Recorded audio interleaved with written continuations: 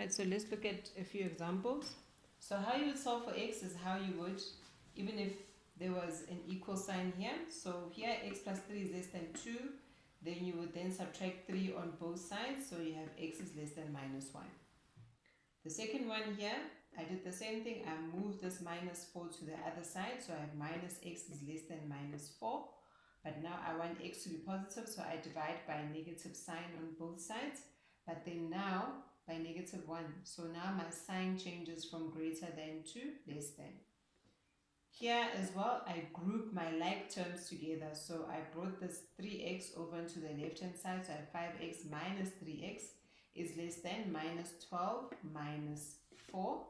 And I solve for x here. I had 2x is less than or equals to minus 16. So x is less than or equals to minus 8.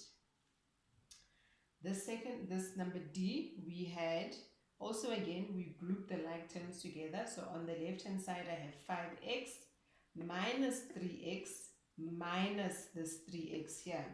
Okay.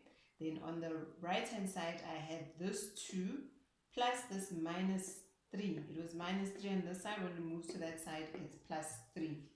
Then I have minus x is less than 5, and I want x to be get rid of the negative value, so I have x is greater than minus 5. This number e here, we then need to have a lowest common multiple, isn't it? Which happens to be 12. So here at the bottom, if 12 divided by 4 is 3. So at the top here, I would have 3 times 2 minus 3x, okay, over 12 is less than or equals to. Then on the right hand side, this here as well, it's 12. But then I already have a 3 here, so it will be 4 times 2x minus 3. Alright? And now I can multiply by this lowest common denominator, lowest common multiple. I multiply by 12 on both sides, then I'm only left with what's at the top, which then gives me 6 minus 9x, okay, is less than or equals to 8x minus 12. And when I solve for this, I group my like terms together. So I have minus 9x minus 8x, okay, is less than or equals to minus 12 minus 6. So which gives me minus 17x is less than or equals to minus 18. So therefore, x is greater than or equals to 18 over 17. Remember that. Okay? You're dividing by a negative number, your sign must change.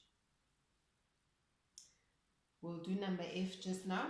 Let's look at number G quickly. So G as well, the same thing. If I'm dividing by minus 4, a negative number on both sides, what happens to my sign? My sign changes. So on this side, I have minus 2, and on this side, I have x. So x is less than minus 2.